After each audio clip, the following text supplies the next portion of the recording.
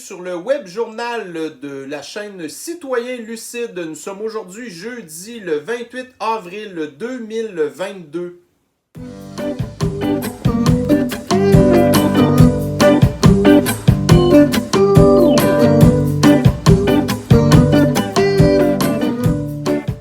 Alors, je pense que la nouvelle majeure de la semaine, c'est possiblement l'acquisition, en fait, d'Elon Musk de la plateforme de réseau social Twitter. Donc, dès lundi, on a entendu parler de ça très rapidement, comme quoi que le fameux deal que Elon Musk voulait faire, en fait, d'acheter Twitter pour la somme de 44 milliards de dollars. Donc, ça faisait déjà quoi, à peu près 2 semaines qu'on entendait parler de ça, puis on avait l'impression que c'était en train de s'embourber un petit peu. Mais là, on a vraiment eu la confirmation lundi, en fait, que Elon Musk a acheté la fameuse plateforme Twitter. Donc, je pense que c'est une excellente nouvelle pour la liberté d'expression, en fait, parce que là, ça faisait quand même plusieurs années que Twitter c'était envahi par l'extrême gauche. Ok, vous aviez entre autres le CEO de Twitter qui avait déjà avoué qu'il se foutait complètement de la liberté d'expression et aussi du premier amendement de la Constitution américaine qui donne en fait à tout le monde la liberté d'expression. Alors effectivement, on sait très bien que le président Trump avait été viré de la plateforme suite là, à toutes sortes de patentes qu'on sait, les trucs qui est arrivé là, en rapport avec l'élection américaine de 2020. Et puis aussi, là, il est arrivé la pseudo-insurrection là, du 6 janvier 2021. Exactement, donc 2021, fait que ça l'avait fait que par la suite, Donald Trump avait été banni de Twitter. Et puis après ça, ben, il y a toutes sortes d'autres personnes qui se sont faites sacrer dehors petit à petit, puis ça prenait vraiment pas grand-chose. Alors justement, moi j'avais fait partie des personnes qui avaient un compte Twitter depuis peut-être quoi, pas loin d'une dizaine d'années, quelque chose de même. Et puis, bon, au bout d'un certain nombre d'avertissements, à un moment donné, vous faites sacrer dehors. Donc, je m'étais fait sacrer dehors, là, c'était en 2021, si je ne me trompe pas. Et j'ai décidé de réactiver, en fait, un nouveau compte, là, à l'automne 2021. Sauf que là, après ça, vous avez tous perdu vos abonnés. Puis, ce qui se passait aussi, c'est que tous les gens qui étaient considérés comme des conservateurs ou des gens de la droite, en fait, ben là, vous aviez une espèce de shadow ban. Donc, on n'était pas capable, en fait, là, d'aller chercher autant de visibilité qu'on aurait voulu, ou la visibilité de la gauche, là, ça n'avait absolument rien à voir. Puis, c'est ça. Donc, voyez-vous, en plus que c'était une plateforme qui était beaucoup occupée par la gauche, puis qui ont la bloquette facile, en fait, là. Alors, c'était une plateforme qui était, en fait, très, très malsaine. Donc, Elon Musk, en fait, ce qu'il veut faire, c'est d'essayer un petit peu de rétablir là, l'équilibre des choses, en fait. Donc, il y a des gens qui sont un petit peu trop emballés avec ça, là. Mais je pense, en fait, que c'est mieux que rien là, de savoir qu'Elon Musk va acquérir, en fait, cette plateforme-là. Par contre, c'est sûr que ça l'a trigger l'extrême gauche qui capote parce que là, ils ont l'impression que le contrôle du narratif et puis... parce que, tu sais, la plateforme Twitter, en fait, c'est gros, là. On parle de culture, là. Alors, quand on se rend compte qu'il y a simplement un des deux côtés de l'idéologie qui contrôle le discours ambiant, ça va vraiment pas bien. Alors, l'extrême gauche qui actuellement a le contrôle absolu quasiment sur tous les médias, la plupart des plateformes, tout ça, là, c'est tout contrôlé par l'extrême gauche. Alors, tu sais, c'est sûr que là, l'extrême gauche est vraiment en mode panique présentement. Donc, voyez-vous ici, justement, sur mon site www.citoyenlucide, alors, j'ai fait un article là, qui explique en fait que même notre cher ami Bill Gates a tout fait pour essayer de faire capoter le projet. Alors, Bill Gates, en fait, là, il a une grosse... en tout cas, il a un bon pourcentage d'actions auprès de Tesla, OK?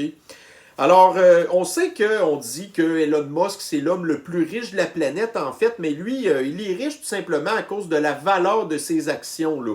Alors, c'est pas quelqu'un qui a une espèce de Fort Knox rempli de lingots d'or dans son sous-sol, là. Alors, lui, en fait, c'est vraiment grâce à ses actions qu'il est riche. Donc, c'est sûr que c'est le principal actionnaire de Tesla. Mais là, vous avez Bill Gates qui avait aussi un gros pourcentage de Tesla et qui a commencé à vendre en bloc ses actions de Tesla pour faire baisser le cours de l'action. Alors, c'est un petit peu ce que j'explique, entre autres, là, dans mon article sur mon site www.citoyenlucide. Alors, si ça vous intéresse d'en savoir plus, eh bien, je vous invite d'aller le visiter. Donc, quand je vous dis, en fait, que l'extrême gauche là, est infiltrée à tous les niveaux du gouvernement et ainsi de suite, ben là, ici, vous avez entre autres l'OMS. Donc, l'OMS, ça s'appelle l'Organisation mondiale de la santé. Alors, à la base de l'OMS, on s'attendrait à ce que ça s'occupe de régler des histoires de maladies dans le monde, là, OK? Parce que ça, c'est comme l'organisation mondialiste là, de la santé, OK? Eh bien, l'OMS a décidé de prendre position comme quoi que eux aussi croient que les plateformes de réseaux sociaux doivent avoir une espèce d'encadrement, là, alors que nous, on n'arrête pas de dénoncer le fait là, que les agences de mondialistes et ainsi de suite, l'establishment et le deep state, ben, que c'est gangréné là, et politisé à fond. Là, ben là, voyez-vous, cette déclaration-là de l'OMS nous en donne une preuve supplémentaire. Et parlant d'establishment, donc actuellement au pouvoir aux États-Unis, nous avons les démocrates avec le vieux croulant Joe Biden qui, suite à l'annonce de l'achat de Twitter par Elon Musk, là, et du fait que l'extrême gauche va très possiblement, en tout cas, perdre une partie du contrôle là, du discours ambiant, social et de la culture aussi, eh bien, vous avez ici là, Joe Biden qui vient de donner un mandat. En fait, là, au département, ben, en tout cas, l'agence s'appelle Homeland Security, là. Alors, c'est comme une espèce d'agence, c'est pas une agence de... Ben, c'est un petit peu comme le SCRS au Canada, là. En tout cas, c'est comme une espèce d'agence de sécurité interne, là, des États-Unis, en fait. Alors, ils vont avoir le mandat de créer une espèce de département qui va comme contrôler... les plateformes sociales et ainsi de suite. Alors, pour les gens qui ont lu un certain bouquin écrit par un monsieur qui s'appelle George Orwell, eh bien, c'est grosso modo tout simplement la création du nouveau ministère de la vérité. Alors, c'est ça. Donc, eux, ils vont l'appeler autrement, là, mais ça revient exactement au même. Alors, nous avons ici possiblement une gauchiste, là. Alors, Margaret Beshear, qui, je ne sais pas du tout, c'est qui cette femme-là, là. Faudrait que j'aille voir sur Twitter, cliquer sur son profil pour voir qu'est-ce qu'elle fait exactement. Donc, elle avait fait un sondage sur Twitter, en fait, il y a de ça quelques jours. Et elle avait demandé tout simplement aux gens quel serait le meilleur usage que Elon Musk pourrait faire de 43 milliards de dollars. Alors, le premier choix, c'était mettre fin à la faim dans le monde et ou acheter Twitter. Donc, à la période que j'ai répondu le sondage, donc 89% des gens avaient répondu en faveur du fait d'acheter Twitter. Et voyez-vous, il y avait à ce moment-là 98 497 votes.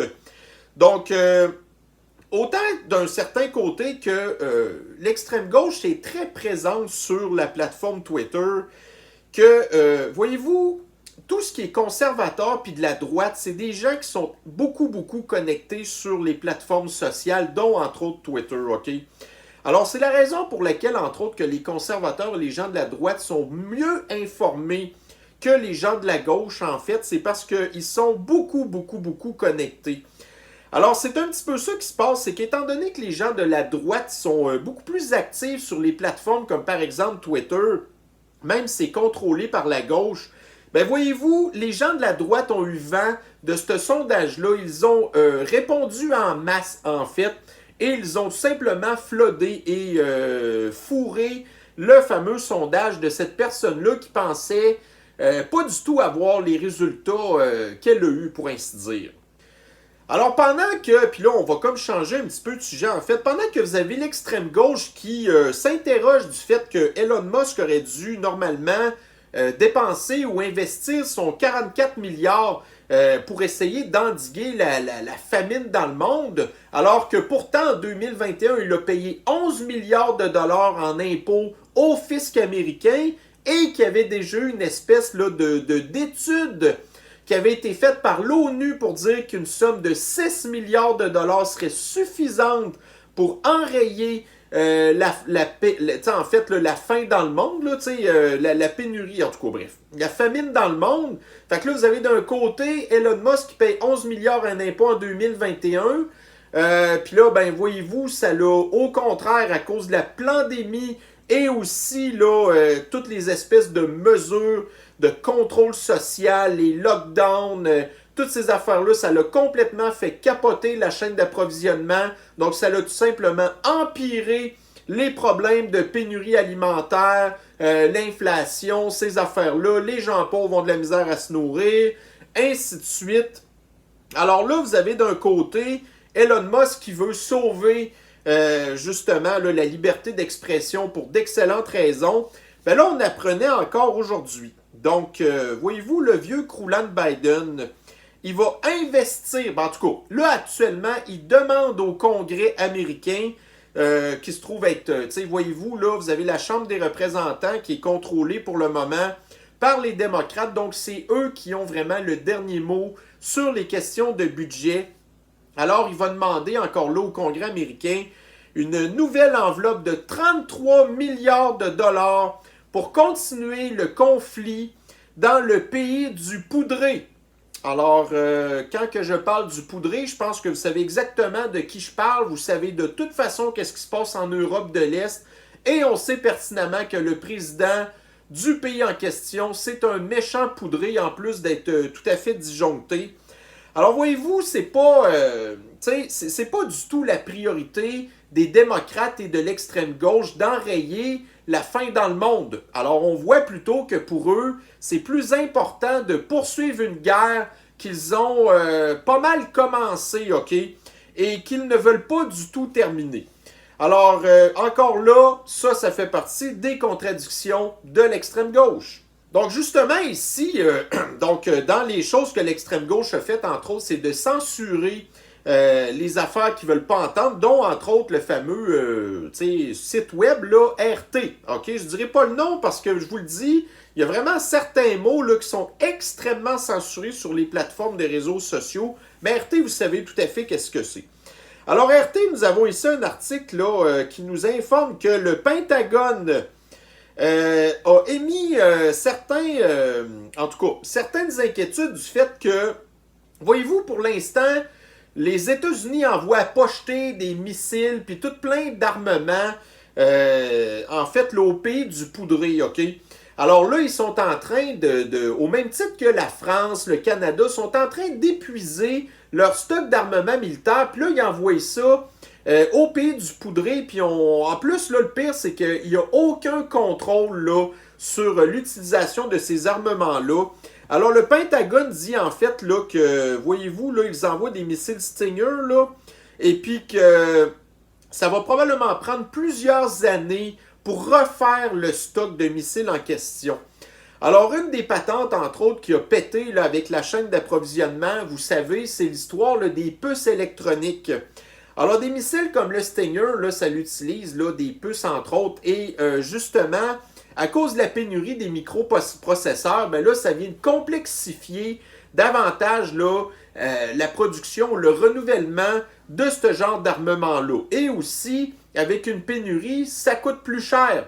Donc ça, c'est une autre affaire aussi. Donc, en tout cas, mais ça, voyez-vous, ça prend RT pour nous en parler. C'est pas dans les autres médias habituels que vous allez entendre ce genre de choses-là. C'est non, on continue d'envoyer de l'armement à un poudré hors de contrôle, là. Ça, il n'y a pas de problème. Mais d'un autre côté, là, on est en train de piger dans nos réserves d'armement, des fois qu'il y aurait vraiment un conflit beaucoup plus important qui arrivait, là, tu sais. Alors, pendant que vous avez ici, là, voyez-vous, le discours occidental qui nous fait croire que la menace, en fait, c'est le dictateur d'un ancien empire soviétique, là, eh bien, nous avons ici encore un article ça c'est Times of Israel, qui nous informe encore là que la Maison-Blanche aurait dit que l'Iran serait à quelques semaines, possiblement, d'être capable de ce qu'on comprend en fait, d'être capable de développer leur première bombe nucléaire. Alors, d'un certain côté, vous avez le pays là, du dictateur soviétique qui possède l'arme nucléaire depuis, si je ne me trompe pas, me semble, c'est 1947 ou 1949, là, une des deux, et qui n'a jamais utilisé, en fait, l'armement en question dans les guerres qu'elle a été impliquée. Alors, on sait là que le pays du dictateur soviétique, ben là, ça a été impliqué, entre autres, en Afghanistan, en Syrie. Il y a eu plusieurs conflits, OK? Et jamais, jamais, jamais qu'ils ont utilisé l'armement nucléaire contre la population ou quoi que ce soit. C'était tout le temps du crêpage de chignon entre les Américains et le pays du dictateur soviétique, OK? Mais l'Iran, eux, là, c'est pas du tout la même affaire, OK? Alors, voyez-vous, depuis le début des années 80, l'Iran, là, ça a toujours été dirigé par des espèces de fanatiques intégristes ultra-religieux radicaux qui appliquent, pour ainsi dire, quasiment la charia à la lettre, OK? Quasiment. Et qui détestent tout à fait l'État d'Israël et qui se développe son armement nucléaire, c'est pas trop compliqué, simplement pour peser sur le piton puis essayer d'anéantir l'État d'Israël. Bon, alors là, quand on nous dit que d'un côté, vous avez un pays civilisé qui n'a jamais utilisé l'armement, alors qu'un autre côté, vous avez une bande de terroristes qui sont sur le bord d'avoir un arme nucléaire, là, puis qu'on nous fait croire que c'est le dictateur de l'Empire soviétique qui est la pire menace pour l'Occident. En tout cas, moi, personnellement, j'ai un avis un petit peu différent sur le sujet. Bon, alors on va parler un petit peu d'économie. Donc, un article ici du Bloomberg qui nous apprend que, voyez-vous, la Banque centrale allemande prévoit en fait là, que le taux de la Banque fédérale va être environ de 5 à 6%. Alors ça, c'est une façon pour eux d'essayer de baisser l'inflation. Mais là, le problème aussi, c'est que, on sait que la population occidentale, là, la classe moyenne est très, très endettée, en fait. Fait que d'augmenter beaucoup les taux d'intérêt, ben tout simplement, c'est que ça va comme empêcher la classe moyenne, entre autres, d'acheter des maisons. Ils vont avoir de la misère à payer leurs dettes et ce genre de choses-là. Et très possiblement, ça va nous emmener vers une récession. Alors, c'est ce que l'article de Bloomberg nous explique. Alors, justement, nous avons une confirmation ici dans le National Post que l'économie américaine, alors là, ils disent qu'ils publient une contraction surprise de l'économie américaine depuis 2020. Alors, pour les gens qui sont très au courant de l'actualité, nous, ça fait longtemps qu'on voit ça aller avec l'inflation depuis 2020, entre autres, les mesures de contrôle social, la chaîne d'approvisionnement qui ont pété à cause de la sniffles, puis ce genre de choses-là. Alors, effectivement, on le savait que c'était seulement une question de temps avant que, possiblement, qu'on rentre en récession. Alors, voyez-vous, les Américains confirment qu'effectivement, ils ont eu leur première baisse, en fait, là, de leur croissance économique depuis 2020. Alors, voyez-vous, ça confirme qu'est-ce que la Banque centrale allemande avait à dire sur le sujet.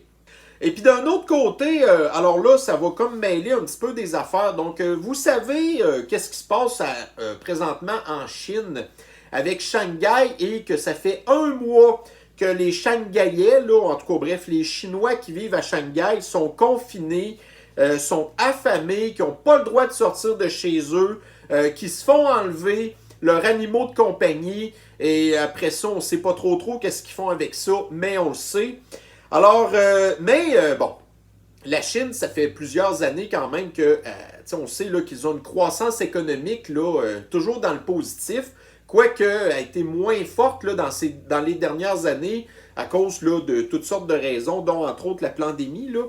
Mais, alors là, dans la tête en fait du Parti communiste chinois, qui malgré le fait que, voyez-vous, là, le poumon économique, le poumon financier de leur pays, qui est Shanghai, est en confinement depuis un mois et qui s'apprête aussi, possiblement, à mettre en confinement la ville de Pékin. Donc, on a déjà 26 millions de personnes à Shanghai qui sont en confinement. Puis Pékin, ben, ça doit être à peu près autant. Alors, vous avez ici les communistes qui disent que ils rient en pleine face, en fait, des Américains et qui vont prouver que le communisme est plus performant que le capitalisme des Américains parce qu'eux vont continuer à avoir une économie qui croisse pendant que celle des États-Unis elle tombe en récession, en fait. Alors, on voit en fait quelle importance un régime communiste peut apporter en fait à l'individu et à son peuple. Ils s'en fichent complètement. C'est rien que des méchants détraqués que tout ce qu'ils veulent, c'est d'essayer de prouver qu'ils ont une bite plus longue que l'autre. Alors qu'on sait pourtant qu'il y a certains stéréotypes qui disent que certaines personnes dans certains endroits du monde n'ont pas nécessairement l'équipement le plus... en tout cas, vous comprenez ce que je veux dire. Alors, pendant que l'économie est en train de péter de partout, en fait, en Occident surtout, ben, en fait, c'est l'économie mondiale qui est complètement capotée. Alors, vous avez ici, par contre, Hydro-Québec, donc la société communiste de production de l'électricité qui vient d'accorder des bonis de 30 millions de dollars. Puis là, ben, je le sais pas, là, c'est très possiblement au cadre, là, parce que ça me surprendrait que ça soit aux petits fonctionnaires de base qui travaillent chez Hydro-Québec.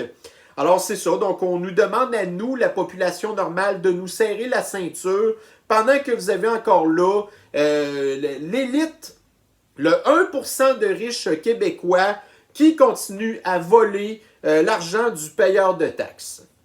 Alors, on va rester un petit peu encore dans les questions économiques. Donc, au début de la semaine, pour les gens qui sont membres de Desjardins, c'est-à-dire la Banque communiste du Québec, alors vous savez que vous avez eu des problèmes, en fait, là, avec l'application d'accéder, là. Alors, ils ont eu des gros problèmes, puis là, on n'a pas été capable de savoir exactement ce que c'était.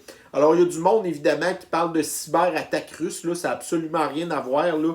Mais en tout cas, tout ça pour dire que, voyez-vous, ça fait des années que vous avez la Banque communiste Desjardins qui, tu sais, travaille en fait avec des applications comme ça, bancaires puis tout, et qui souffrent de problèmes graves, là. Tu sais, c'est pas banal, ce genre de choses-là, OK? Donc, cette compagnie-là n'est même pas capable d'avoir quelque chose qui est un système stable, que d'un autre côté, ici, vous avez Service Canada, donc des milliers de Canadiens fraudés. Service Canada ne dit pas tout. Donc, un article de ici Radio-Canada qui confirme que des milliers de Canadiens qui se sont fait crosser encore là, voler leur identité, toutes des affaires de même. Le gouvernement ne sait pas comment régler la situation, voyez-vous là. Et puis d'un autre côté, ben, vous avez encore là au Québec, donc dans le Journal de Québec, 600 millions pour la transformation numérique du réseau de la santé. Donc, Desjardins n'est pas capable d'avoir un système sur le sens du monde. Imaginez-vous comment est-ce que ça va être avec un système public, là. Bon, et là, on recule un petit peu au début de cette année, ben, en fait, au mois de février, là, quand que vous avez eu le convoi des camionneurs, hein? Alors, Trudeau, parce que là, il y avait quand même de la pression des partis là, pour faire une espèce de commission d'enquête sur l'utilisation qu'il a faite de la loi sur les mesures de guerre, OK? Alors, ce qu'on apprend en fait ici, là, d'un certain Jean-François Caron avec preuve à l'appui, c'est que le commissaire qui va être en charge de la commission d'enquête en question, eh bien, imaginez-vous que c'est un donateur récurrent au Parti communiste du Canada de Justin Trudeau. Alors, est-ce que vous pensez vraiment que nous allons encore une fois avoir une commission d'enquête qui va être neutre, transparente et non biaisée? Possiblement pas. Et d'un autre côté, ça, c'est une petite, en fait, victoire personnelle. Donc, vous savez, Justin Trudeau, lui, il rêve. Il rêve d'obtenir un jour le prix Nobel de la paix, mais pour toutes sortes de raisons, il ne va jamais l'avoir, OK? Alors, vous avez ici encore une fois, dans le convoi des camionneurs, vous savez, l'organisatrice de ça qui s'appelle Tamara Lich, OK? Alors, là, on sait qu'elle s'est ramassée en prison, puis toutes sortes d'affaires de même. Elle a quasiment été accusée de terroriste. Elle a encore des accusations contre elle que, regardez, ça ne tiendra pas du tout la route devant un tribunal parce qu'elle n'a absolument rien fait de mal. Eh bien, vous avez ici une organisation albertaine, en fait, là, qui va lui décerner le prix, en tout cas un prix de liberté ou de quelque chose comme ça, là, donc une espèce d'héroïne de la liberté en fait, là. Et puis là, je me souviens pas exactement, mais c'est vraiment un prix qui existe depuis longtemps, là. Si je me trompe pas, genre, ça date des années 40 ou 60. Donc, c'est un prix qui est extrêmement prestigieux. Donc, pendant d'un côté, vous avez Trudeau qui, tu sais, liche le petit engin là, de Xi Jinping et ou celui là, de son bon ami Klaus Schwab. Eh bien, vous avez ici Tamara Lich qui a pris sur ses épaules, en fait, là, de défendre la Charte des droits et libertés canadienne, qui s'est ramassé en prison pour ça, comme je vous disais tantôt, et qui va être récompensé. Alors, c'est pas banal, là, vraiment. Mais Trudeau, lui, mange la chenoute, mon Trudeau. Bon. Alors, ici, un article du CTV News. Donc, une étude dit que si nous coupions notre consommation de 75% de viande, alors ça l'inclut le porc, la viande rouge et possiblement le poulet. Bref, donc, fait que là, il faut qu'on arrête de manger. C'est pas compliqué, les mondialistes veulent nous affamer, ils veulent qu'on crève de faim pour sauver la planète, OK? Mais là, d'un autre côté, nous apprenons ici un article, là, c'était du...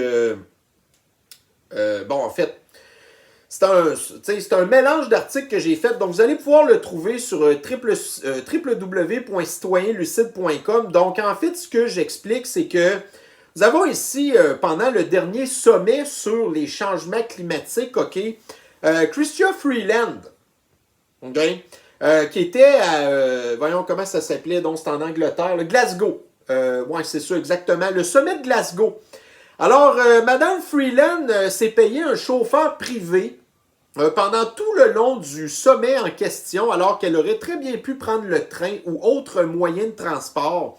Alors, c'est ça. Donc, d'un certain côté, on veut affamer la population pour sauver la planète et nous avons cette gang de gens-là, des psychopathes complètement narcissiques qui se fichent du reste, qui, eux, continuent à faire ce qu'ils veulent. Et en plus, évidemment, chauffeur privé égale coût supplémentaire. Là. Donc, mais encore là, voler l'argent du peuple, même si le vol d'argent, c'est un crime selon le code criminel, bien, quand que vous avez le gouvernement qui fait du vol d'argent, des détournements de fonds, jamais aucun problème parce que vous avez l'establishment qui va les défendre. Alors, un autre article ici dans le www.citoyenlucide.com.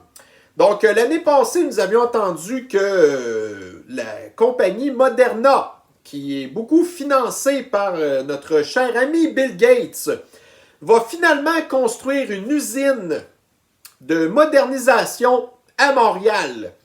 Donc, dans l'article en question, je vous rappelle certaines données, comme quoi que Trudeau a commandé, puis on parle juste de modernisation, là, on ne parle pas de Pfizerisation ou d'autres choses, OK? Simplement de modernisation. Alors, 35 millions de doses cette année, 35 millions de doses l'année prochaine, 35 millions de doses en 2024. Il semblerait que la capacité de production de l'usine de modernisation sera de 30 millions de doses de modernisation par année. Alors, pensez-vous que Trudeau puis Legault vont se laquer à pédale avec la modernisation puis la thérapigénisation? Probablement pas, hein?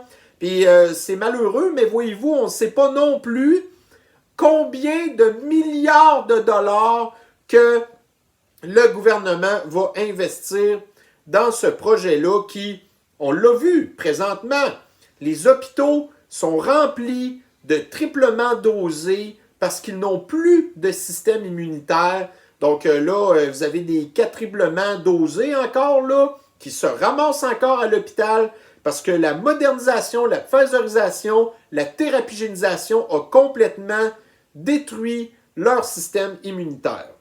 Alors, continuons avec notre cher Bill Gates. Donc, pour les gens qui sont au courant un petit peu des affaires géopolitiques, donc, vous aviez le premier ministre ou le président, en tout cas, je ne sais plus trop, là, au Pakistan, qui n'était pas un gros allié, en fait, des Américains, qui, c'est, en tout cas, des très gros soupçons de coup d'État, en fait, qui s'est fait renverser.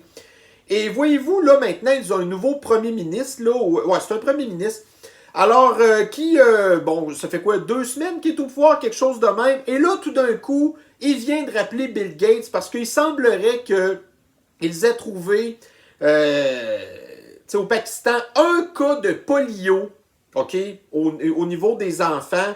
Et là, vous avez le nouveau premier ministre qui va réactiver la campagne de vaccination contre la polio avec, bien entendu, Bill Gates qui lui tape dans le dos et qui le remercie des conséquences que ça va avoir sur les Pakistanais. Bon, alors ici, on va parler un petit peu de questions locales. Donc, nous avons ici l'excellent journaliste Thomas Gerbet, en fait, là, qui travaille pour Radcan, qui est à peu près un des seuls journalistes au Québec à faire sa job. Alors, il a sorti quelques chiffres ici, là, voyez-vous, là. Voici quelques chiffres de l'immense défi de main-d'œuvre dans le réseau de la santé du Québec. 63 000 travailleurs absents pour toutes sortes de raisons. De plus, il faut recruter d'ici 5 ans 54 846 préposés aux bénéficiaires, 28 209 infirmières. Puis ça, c'est sans parler de les actuellement à peu près 10 000. Ah ben non, je pense qu'ils doivent être dans le 63 000 absents, là, peu importe. Fait que pour les gens qui pensent qu'idéalement, il faudrait qu'on rapetisse l'État, OK? Ben là, c'est pas avec, voyez-vous, là, il nous annonce celui-là, quoi, il manque 130 000, c'est pas 140 000 personnes, simplement dans le secteur de la santé, là. En tout cas, alors moi, j'appelle ça, en fait, la soviétisation du Québec. Ben, en fait, c'est du Kakistan maintenant, là. Parce que, tu sais, on est rendu dans la République du Kakistan, là, parce que, tu sais, on le sait, c'est fasciste Legault qui décide tout, là. Alors, c'est ça. Donc, tu sais, grosso modo, c'est quoi, là? Le secteur public au Québec est déjà le plus gros employeur de la province. Ben là, on va se retrouver avec un méchant paquet de fonctionnaires. Ça ne marchera pas, là, quand ça va venir le temps des fonds de pension puis tous ces trucs-là, hein? Et puis là, on va terminer avec un petit sujet un petit peu plus soft, là, mais voyez-vous, c'est encore là, ça va un petit peu avec la contradiction là, du discours qu'on nous a vendu pendant les 2 dernières années. Alors, voyez-vous, on nous a dit, mettez-vous une guenille pour sauver les plus vulnérables. Faites-vous thérapie génisée pour protéger les plus vulnérables, sinon on vous menace de vous taxer ou bien de vous envoyer dans des camps de concentration ou bien de vous shooter à Sarbacane, OK? Ça, c'est ce qu'on nous a dit. Alors, bon, puis là, on n'est pas encore sorti du bois, là, puis ça va recommencer l'automne prochain. Mais là, d'un autre côté, pour essayer d'inciter les gens de retourner au travail, ben là, on a ici TVA Nouvelle qui dit, tu sais, amenez Pitou et Minou au bureau, une idée qui plaît. Donc là, voyez-vous, OK, moi, tu sais, vite de même, ça pourrait être drôle d'arriver au bureau avec son chien ou son chat, là. Ça pourrait peut-être, je le sais pas, moi, un petit peu relaxer l'ambiance, si on peut dire. Mais le problème de ça, c'est qu'il y a des gens qui ont peur des animaux, et de un, et surtout, il y a des gens qui souffrent d'allergie aux animaux. Alors, d'un côté, on nous demande de porter une guenille ou de se faire détruire notre système immunitaire pour protéger des personnes vulnérables. Mais là, d'un autre côté, vous avez des personnes vulnérables qui pourraient avoir des problèmes avec les animaux. Et puis là, ça, il n'y a pas de trouble. Alors, au même titre que j'ai vu un autre article, il va y avoir un projet pilote à Montréal comme quoi que les gens pourraient emmener leurs chiens, entre autres, là, en laisse, bien entendu, dans les transports en commun, dont, entre autres, le métro de Montréal. Donc, voyez-vous, c'est pas de sauver les plus vulnérables qui les intéresse le plus. Ce qu'ils veulent, c'est qu'on arrête de prendre nos véhicules et qu'on prenne le transport en commun. Donc, quand vous vous promenez avec votre chien, d'habitude, vous prenez votre char. Parce que embarquer dans le métro avec un chien, c'est ordinaire. Donc, vous allez faire habituellement vos commissions avec votre chien dans le char. Mais là, ce qu'ils viennent de dire, c'est, ah ben, regardez, si vous avez des commissions à faire, amenez-le dans le métro. Vous allez sauver la planète. Mais d'un autre côté, il y a des gens vulnérables, allergiques. On s'en fiche complètement. Bon, et là, voyez-vous, il est actuellement 14h12. Donc, nous avions ce matin un article qui nous apprenait que l'espèce là,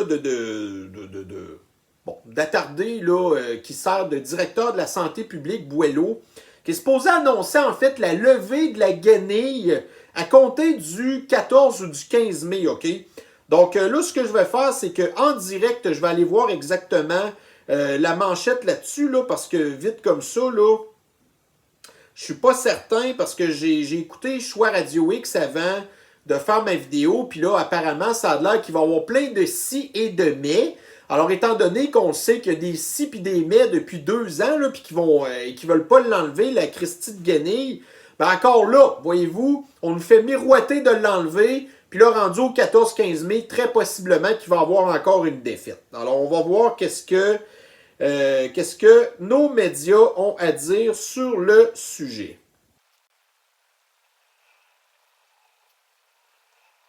Bon, alors voyez-vous, sur Twitter, en direct, l'anti-santé publique du Québec se prononcera la semaine prochaine sur l'obligation du port de la guenille dans les lieux publics. Donc, absolument aucun développement. Donc, il y a une conférence de presse à 2 heures pour absolument aucune raison encore là.